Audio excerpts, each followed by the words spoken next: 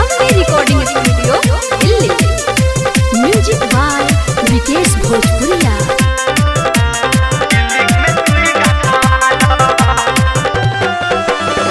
खाई के डॉक्टर साहब मन नहीं कोरी, रही रही के हमरा हुल बड़ी पड़े। ठीक हो जाएगी, घबराइए मत। हाँ हाँ खाई के डॉक्टर साहब मन नहीं कोरी, रही रही के हमरा हुल बड़ी पड़े।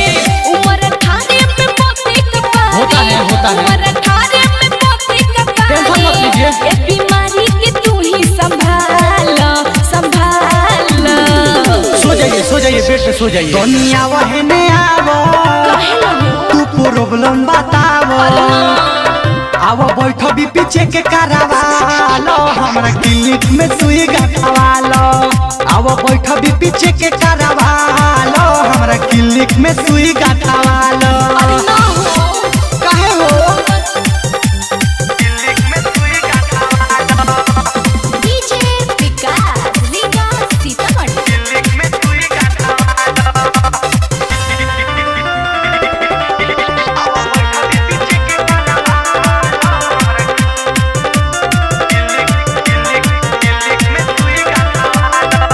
अरे ओई थी बदन टूटी यंग यंग तंग रहिले हम दिन रात हो।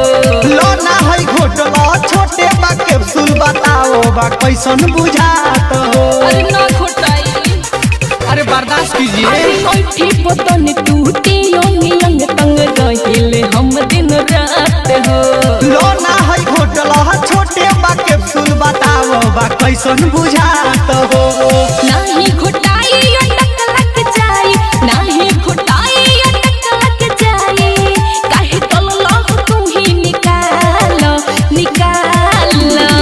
टेंशन मत लीजिए, जगह पा गए। दुनिया वहने आवो, तू प्रॉब्लम बतावो। आवो बैठो भी पीछे के करावालो, हमरा क्लिनिक में सुई गथवालो। आवो बैठो भी पीछे के करावालो, हमरा क्लिनिक में सुई गथवालो।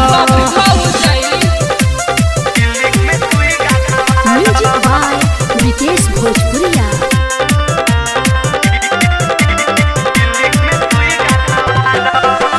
टोटा के छोड़ दे दीना इंजेक्शन भीतर दर्द कर लागे जी। सुई दवाई जल ठीक से ना होई तो रोग राउर कैसे भागी जी। अरे कोई और उपाय बताइए ना।